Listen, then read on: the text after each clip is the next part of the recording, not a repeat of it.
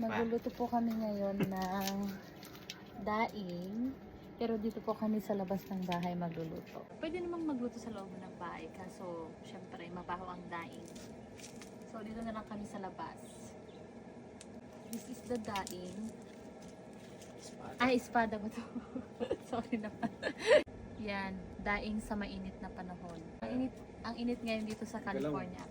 Pero wala, nag-crave lang kami ng daing. Malapit lang yung kapitbahay. Ayan yung kapitbahay. Sana hindi nila maamoy. Naamoy ko na.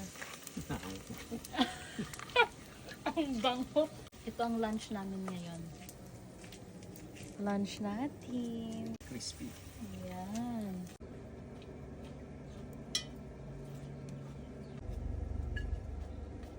Ang bango. Ready to start sa gito ay mga kabilang. Ayan. Ang bango-bango. Sarap nito. Ito lang at saka rice. Okay na. Yan. Ang finished daing. Mangan tayo, apo.